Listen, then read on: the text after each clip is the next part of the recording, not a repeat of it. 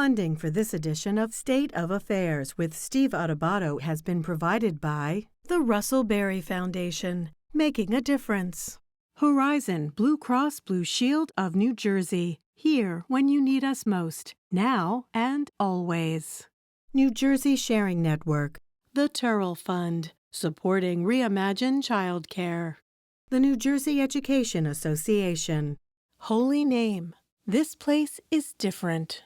The Port Authority of New York and New Jersey, moving the region through air, land, rail, and sea. Georgian Court University. And by the Adler Aphasia Center. Promotional support provided by Meadowlands Chamber, building connections, driving business growth. And by NJ Biz, providing business news for New Jersey for more than 30 years, online, in print, and in person.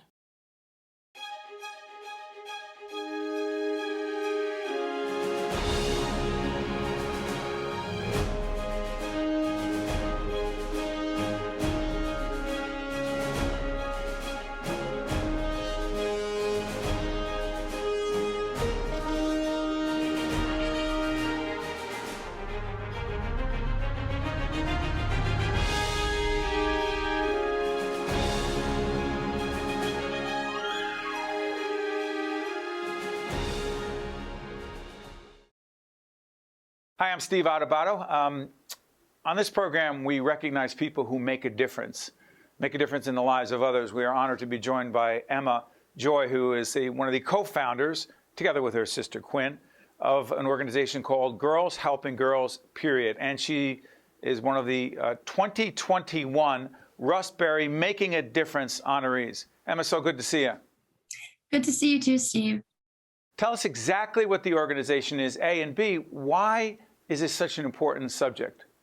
Sure. So Girls Helping Girls, period, is a nonprofit organization that raises funds and donates menstrual products to period users who are in need of help.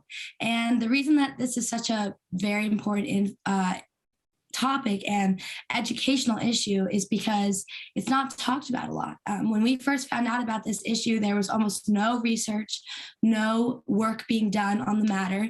And slowly over time, people have realized that this is something that is very important and it is a necessary need in the lives of people who can't afford to have these products. And we think that menstrual products are a basic right for menstruators, and we hope that other people do as well. So our mission is just getting the word out there about why this is an important matter and educating others on what they can do to help people in their community.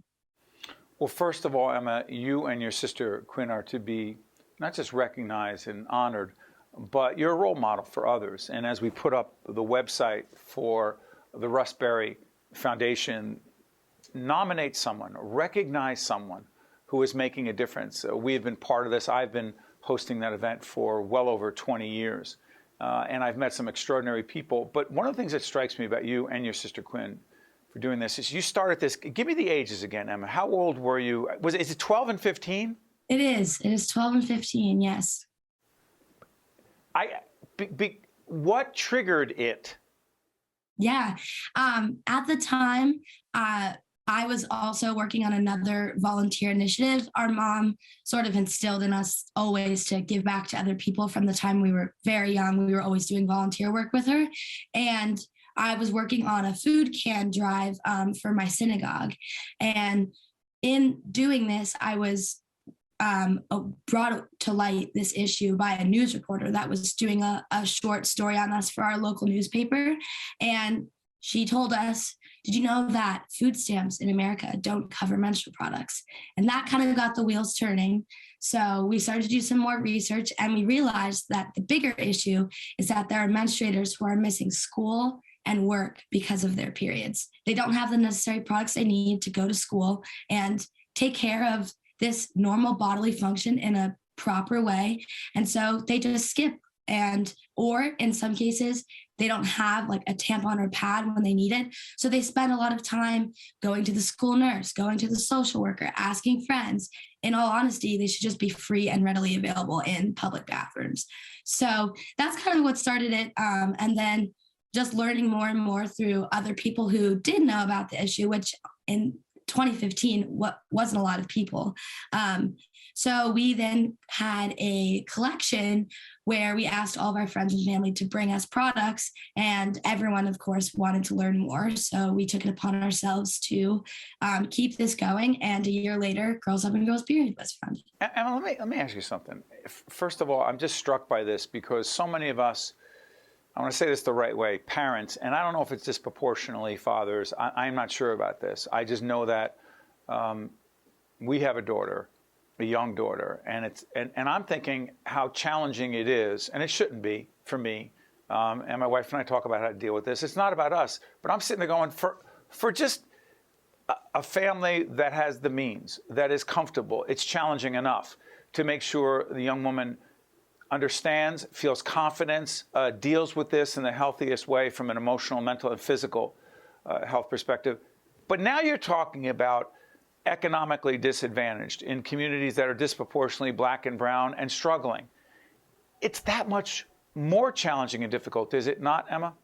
It absolutely is. For sure, we see that in a lot of communities that are more economically disadvantaged. This isn't even a topic of conversation. They don't have any supplies necessary in their schools or in their places of work. 1 second, Emma. I'm sorry for interrupting. Should schools be doing more? And if so, what is that exactly? Absolutely. Our shift in the last 2 years has been on prioritizing schools and pushing schools to bring it upon themselves to take care of their issue. In a perfect world, we don't have to do anything. We shouldn't have to help anyone because schools and other public administrations are taking it upon themselves to provide products to people that they care about. If schools want to care about their students, these products should be free and readily available in their bathrooms. And so while we still, of course, donate supplies to all of those organizations, a big shift in our mindset has been educating school boards, school nurses, social workers to do the work so that they show that they care about their students. So, Emma, let me just tell you this. I'm a student of leadership, and you are the embodiment of a leader at any age and making a difference in the lives of others. And as we put up the website one more time, I believe that there are 24 unsung heroes that are being recognized by the Russ Berrie Foundation with the Making a Difference Awards. In this last minute we have, let me ask you this. How would you describe, or what would you describe drives you and your, dare I say, passion for doing this work? That's a great question. I think what drives me is knowing that there's always going to be something to do to make a difference in my community.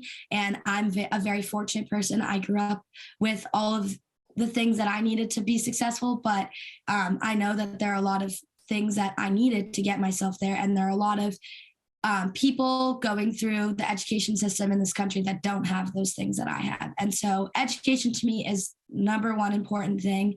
And if someone can have more things that they need, like menstrual products, to make them more successful in their education, that's what drives me to work on this. Hey, Emma, you just made a significant difference in the 7 or 8 minutes you were on the air with us. I cannot thank you enough. Also, thank your sister Quinn for us and your entire family. And we appreciate you joining us. Thank you so much, Emma. Thank you, Steve.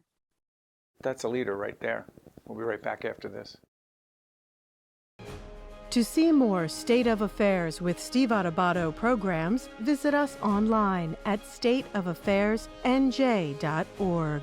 If you would like to express an opinion, email us at info@caucusnj.org.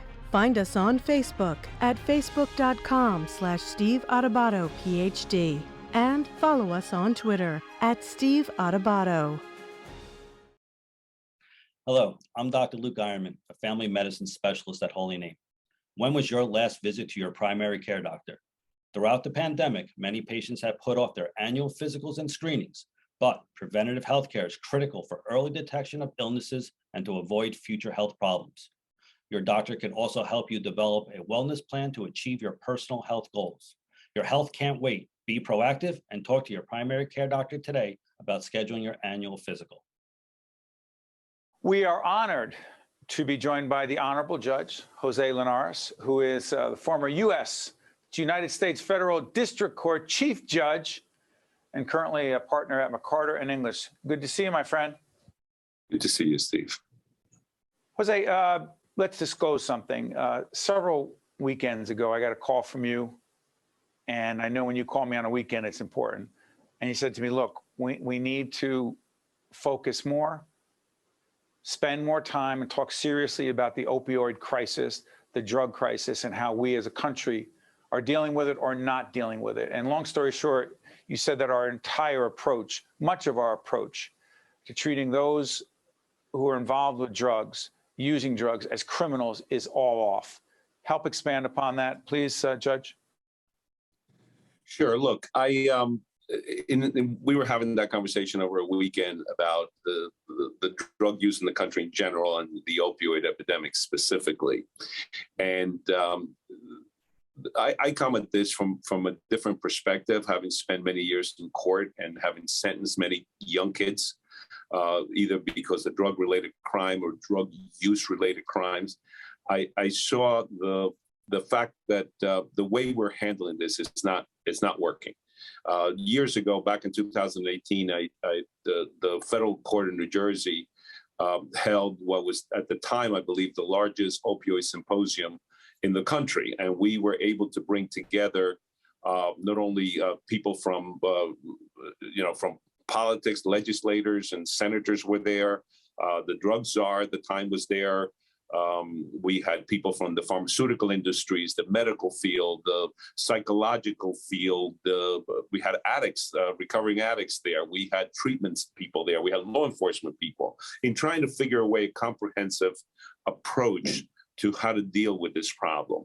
The problem with the opioid epidemic and drug abuse in general in this country is that it's not an issue-specific problem. It involves many different components, right? It's got a psychological component to it. It's got a medical component, especially when we're dealing with the opioid epidemic. It's got a law enforcement component to it, and it's got a treatment component. And how do all these things play together? For example, when I was in court, you would get a kid that comes in, has committed a drug use related crime. You decide, well, I'm going to give him a shot. I'm going to give him a chance. I'm going to put him in-house treatment for 28 days. And you tell him, I don't want to see you come back, right? And then 2 months later, you have him back in court and you say, I gave him a chance. Why? Because it doesn't work. 28 days worth of treatment, because maybe that's what the insurance coverage is not sufficient to treat the problem. That's one aspect. Judge, why have we been doing that for so long? Why is that the standard judicial response? Well, the standard judicial response, in fairness to the judiciary, was to try to not just be punitive, but to try to get treatment. And we could only get treatment, and these in-house treatment facilities were only taken for the time that they're getting paid. And so it becomes a vicious circle. That's one aspect of it. The other aspect, even from the law enforcement perspective, is that we look at drug-related crimes differently than we do mental illness crimes. And what do you mean? And by that I mean the following: we treat mental illness differently from a law enforcement perspective. You have some person that's got a mental deficiency, throws a brick off of an overpass on Route 21, and we take that person and we take him to get treated. We don't lock him up, right? An addict really has a mental problem, has a mental deficiency caused by the addiction. He commits the same crime. The first thought is not, let's give him treatment. The first thought is, we lock him up. Well, now you put him in a correctional facility, and the question is, does that correctional facility have the wherewithal and the understanding of how treatment is necessary? And the basic answer is not. That's not happening consistently. Meaning, one of the things you said to me when we spoke offline, Judge, is that they're not getting the treatment that they need when they're incarcerated, on average. On average, because of the length of the treatment that is necessary, right? If you think about it, and if you talk to the medical doctors that deal with it, that specialize in this kind of thing, they will tell you it takes probably a year's worth of treatment to be able to get some of these kids off of the opioid addiction and the progression of that addiction. Well, nobody's doing it for now. There's been a lot of litigation over the years. A lot of money has been infused into the system by way of these settlements, right? Which is supposed to be earmarked, a lot of it for treatment. I hope to God it is. But there's one missing component, Steve, and I know our time is limited. No, go ahead. What is it? I don't want to lose the ability to talk about this aspect of it. It's education. Education, look, it has worked with the tobacco industry, right? A lot less kids are smoking. A lot of our people from our contemporaries are not smoking because we saw the horrors of cancer and what happens if you smoke and what happens if you smoke addiction. You still have horrific commercials on TV. You don't see it about addiction. You really don't. Right. You don't see the kids being educated at the level before. One thing is treatment once they're there, but what about not getting there? Why do you think, Judge, why do you think it's been so difficult to incorporate that into our educational system? I don't know. It is insane to me that, look, kids are dying, 100,000 people a year. I mean, it's crazy. If terrorists were killing American citizens at the level that people are dying of overdoses, we will be throwing billions upon billions of dollars to fight it, right?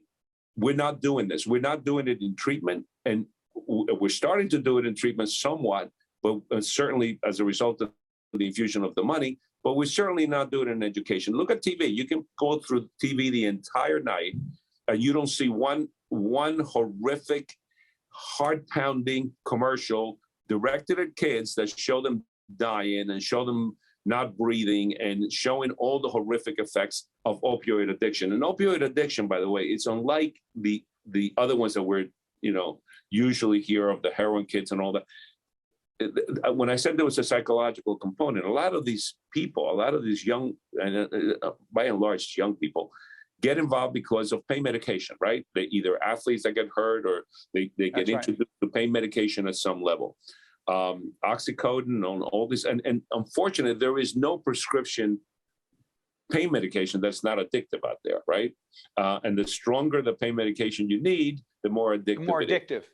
Right, the more addictive. So you have like oxycodone or fentanyl, for example, which is 100 times more powerful than morphine, if you think about it. Right. So the kids start taking these pills, and they don't think of themselves psychologically as even being addicts, right? They think of themselves, I'm taking this little white, cute pill that a doctor gives me, it's medicine.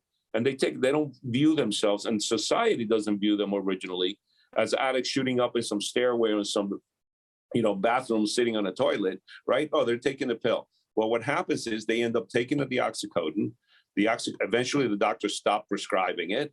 Now they got to go in the black market. There's very expensive. Well, what's the next super dangerous? Drug? Extremely dangerous. Extremely dangerous because you don't know what is being cut with. It could be getting cut with fentanyl, which can kill you, heroin, and then you slip into oxycodone, legal oxycodone in the black market, not legal. Oxycodone is very expensive in the black market. Go to the cheaper drug, heroin with fentanyl, and you die. And 1 out of 5 addicts dies. I mean, it is insane. And we're not educating the American public about that. We're not educating our children about it. And that's what I felt very passionate about.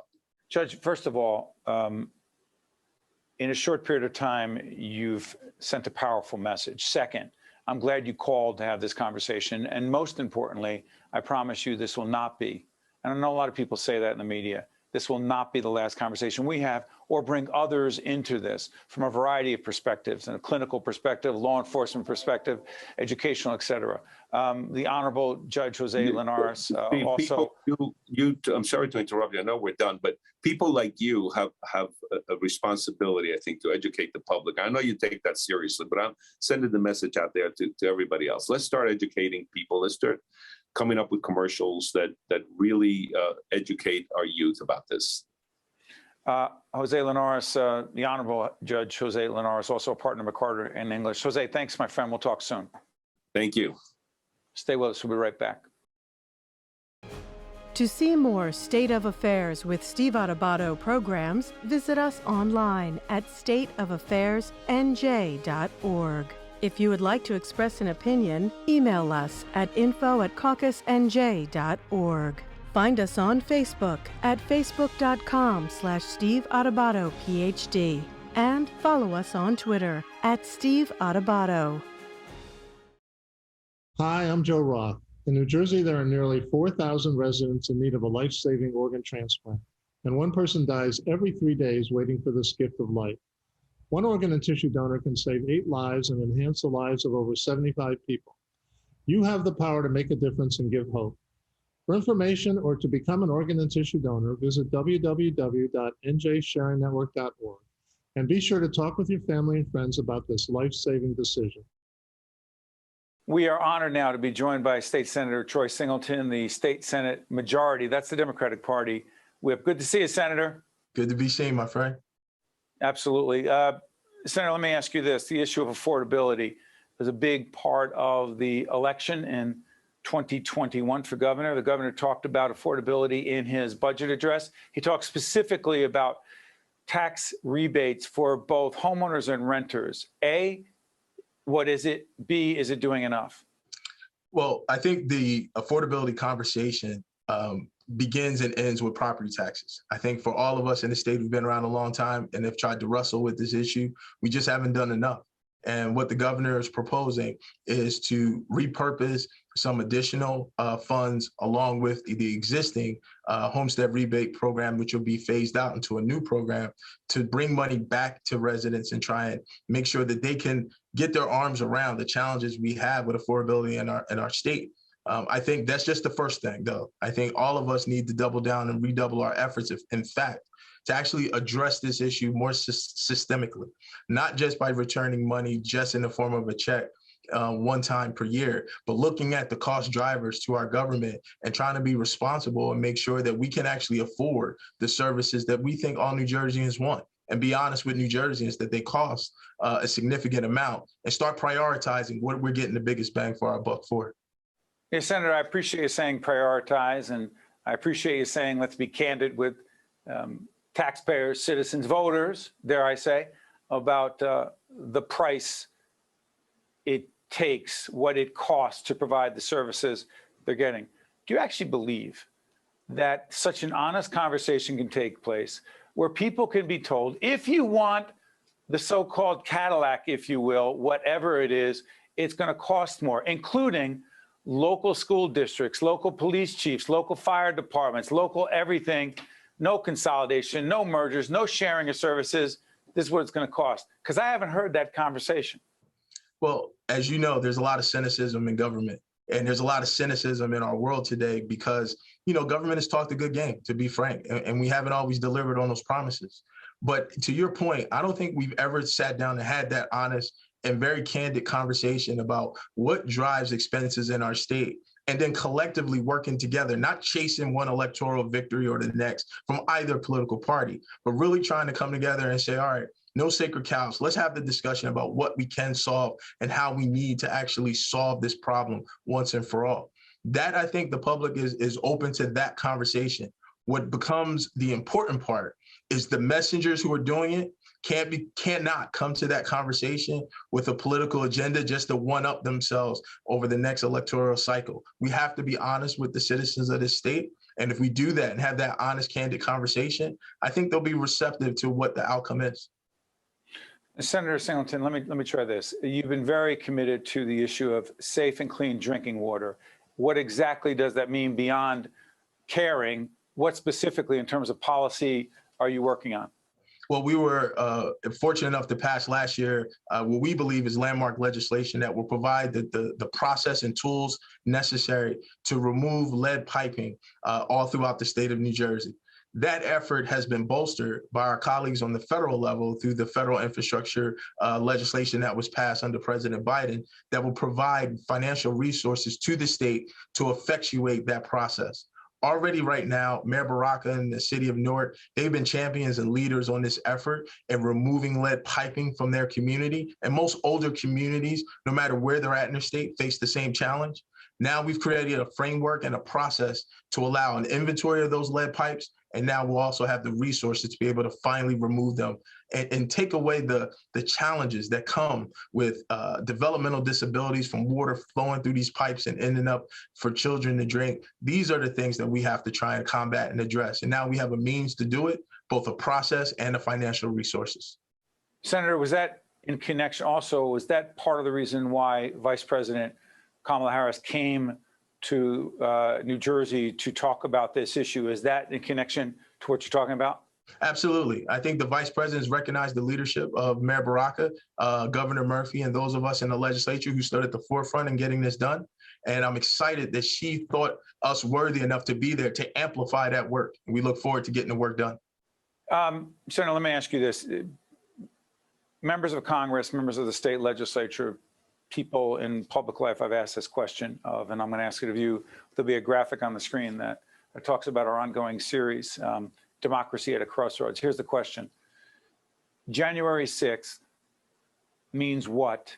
Not just then, but a year past January 6th. Why is it so important?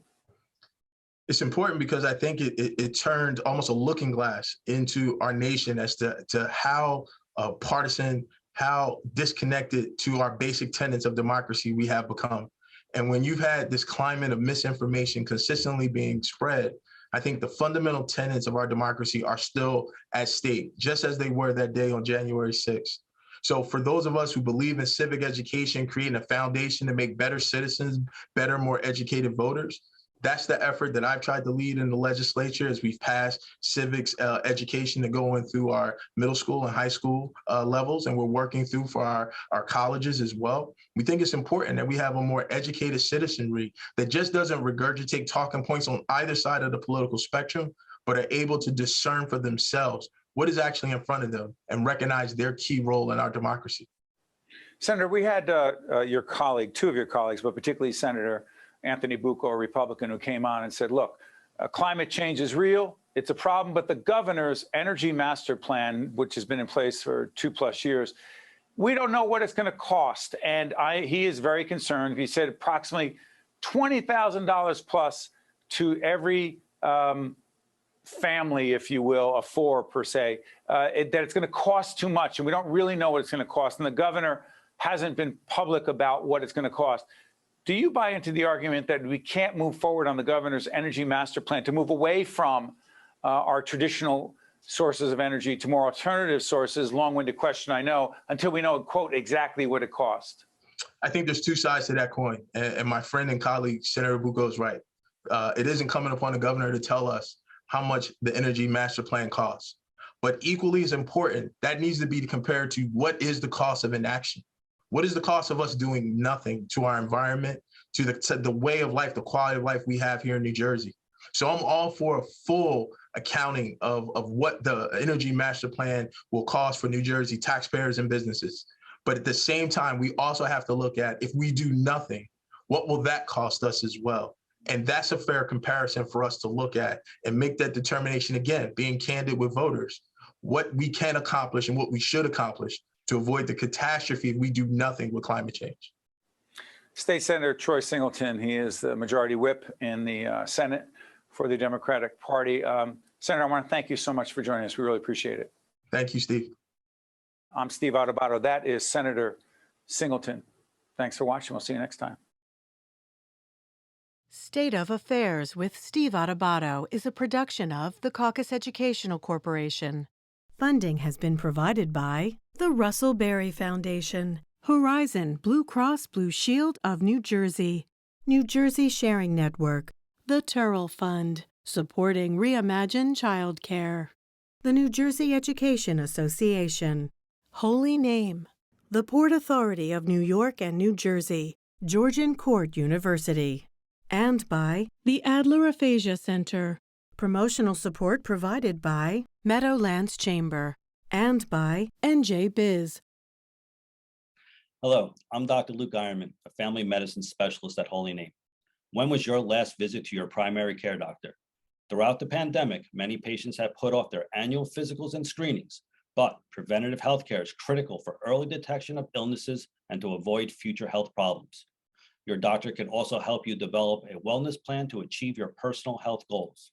Your health can't wait. Be proactive and talk to your primary care doctor today about scheduling your annual physical. Hi, I'm Joe Roth. In New Jersey, there are nearly 4,000 residents in need of a life-saving organ transplant, and one person dies every 3 days waiting for this gift of life. One organ and tissue donor can save 8 lives and enhance the lives of over 75 people. You have the power to make a difference and give hope. For information or to become an organ and tissue donor, visit www.njsharingnetwork.org and be sure to talk with your family and friends about this life-saving decision.